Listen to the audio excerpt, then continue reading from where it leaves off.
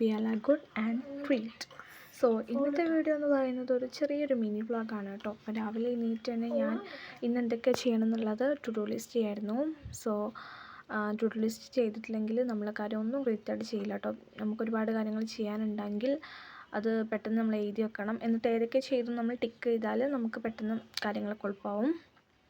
So ഇന്ന് രാവിലെ എണീറ്റിട്ട് തന്നെ ഞാൻ ഒരു കപ്പ് പായസം കുടിച്ചു.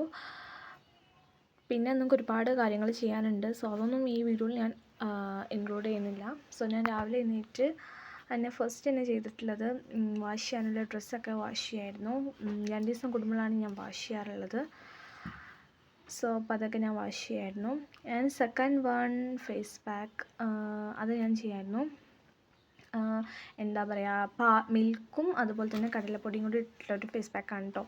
സോ അത് 1.5 മണിക്കൂർ വേണം നമ്മൾ ഫേസിൽ അപ്ലൈ ചെയ്യാൻ.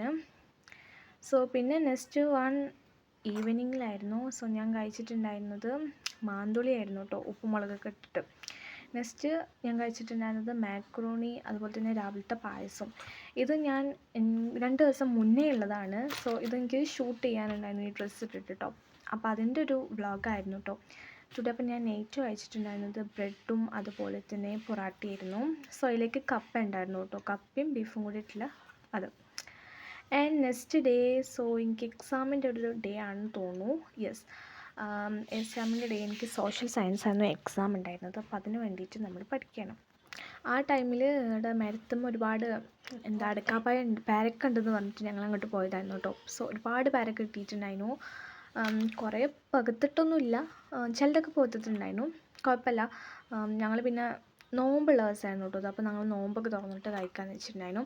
അന്ന് എനിക്ക് കുറച്ച് നോട്ട്സ് എഴുതാനുണ്ടായിരുന്നു, അതും കൂടി എഴുതിയിട്ടുണ്ടായിരുന്നു. Okay, bye, thank U.